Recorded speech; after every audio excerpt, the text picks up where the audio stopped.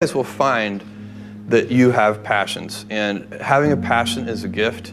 I think we all have passions, and you don't get to choose them. They pick you, but you have to be alert to them. You have to be looking for them. And when you find your passion, it's a fantastic gift for you because it gives you direction, it gives you purpose.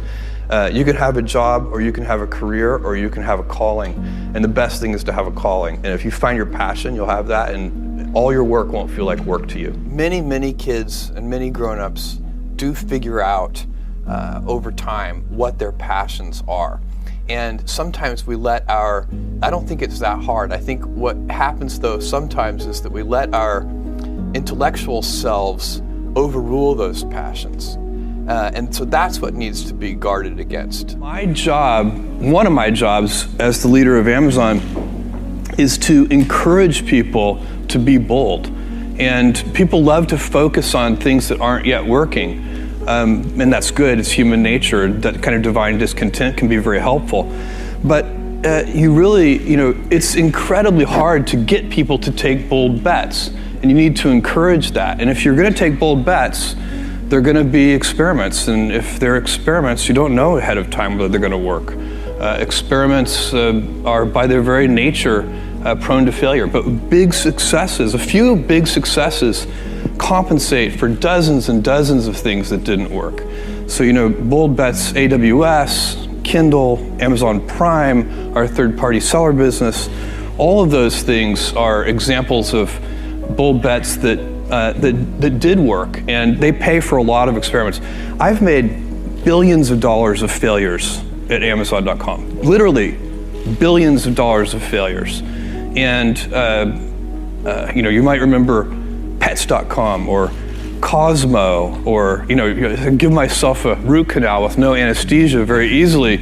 None of those things are fun, but they don't matter. What really matters is companies that don't continue to experiment, companies that don't embrace failure. They eventually get in a desperate position where the only thing they can do is make a kind of Hail Mary bet at the very end of their corporate existence. Whereas companies that are, making bets all along, even, big bets, but not bet the company bets. I don't believe in bet the company bets. That's when you're desperate. That's the last thing you can do. It's not, you could be out of work and have terrible work-life balance. Even though you've got all the time in the world, right. You could just feel like, oh my God, I'm miserable, and you would be draining energy. And so you have to find that harmony. It's a much better word. And I think for most people, it's about meaning. People want to know that they're doing something interesting and useful. And for us, because of the challenges that we have chosen for ourselves, we get to work in the future, and it's super fun to work in the future for the right kind of person. You need to be nimble and robust. So you need to be able to take a punch, and you also need to be quick and innovative and doing new things at a high speed. That's the best defense against the future. And you have to always be leaning into the future. If you're leaning away from the future is going to win every time. Never, ever, ever lean away from the future. We all have adversity in our lives. I doubt if you really, if you know somebody, any friend or anybody that you talk to, there's no lack of adversity. And by the way, that's good, because it's what teaches us how to get back up. You fall down, you get back up. It always happens. And you get certain gifts in life, and you want to take advantage of those. But I guess my advice on adversity and success would be to be proud not of your gifts, but of your hard work and your choices. So you may be the kinds of gifts you get in life. You might be really good at math. It might be really easy for you.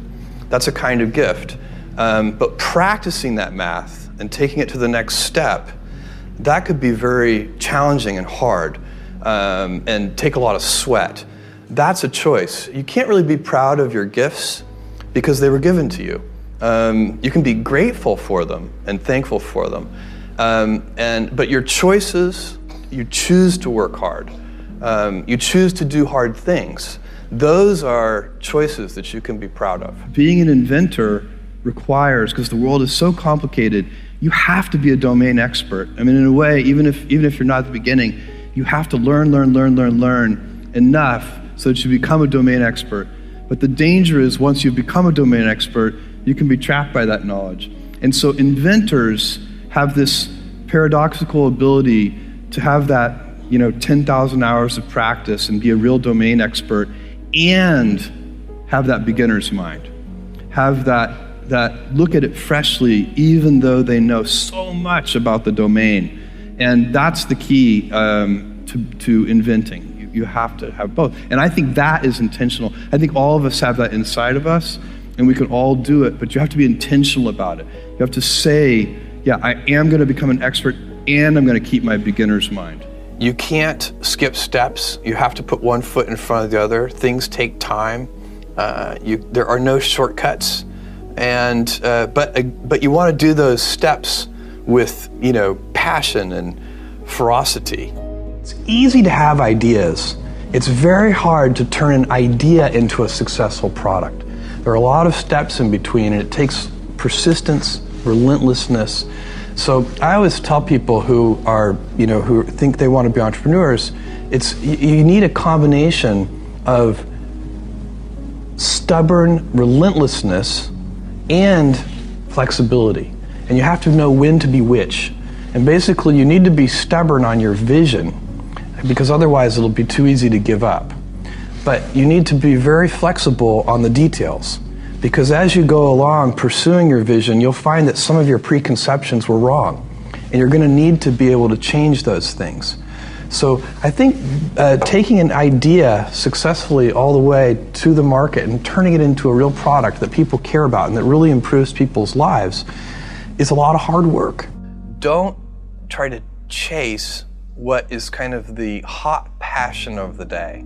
I think we actually saw this, I think you see it all over the place in many different contexts, but I think we saw it in the internet world quite a bit where, at the sort of peak of the sort of internet, mania in say 1999, you found people who were, very passionate about something. They kind of left that job and decided I'm going to, do something in the internet because it's, it was almost like the 1849 gold rush in a way. I mean, you find that people, if you go back and study the history of the 1849 gold rush, you find that, at that time, everybody who was within shouting distance of California was, they might have been a doctor, but they quit being a doctor and they started panning for gold. And that almost never works.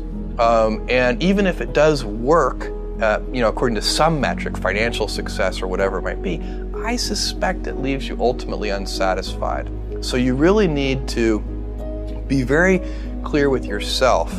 And I think one of the best ways to do that is this notion of projecting yourself forward to age 80, looking back on your life and trying to make sure you've minimized the number of regrets you have. That works for career decisions, it works for family decisions. Do you want, I have a 14-month-old son, and it's very easy for me to, if I think about myself when I'm 80, I know I want to watch that little guy grow up.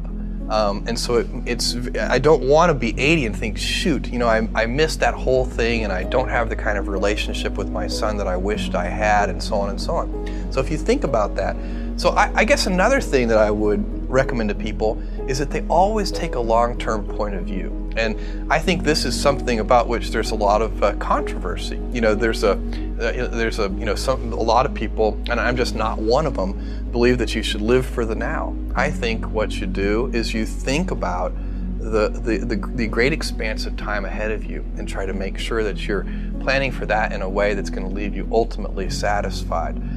So this is the way it works for me. And I mean, everybody needs to find that for themselves. So I think there are a lot of paths to satisfaction, and you need to find one that works for you.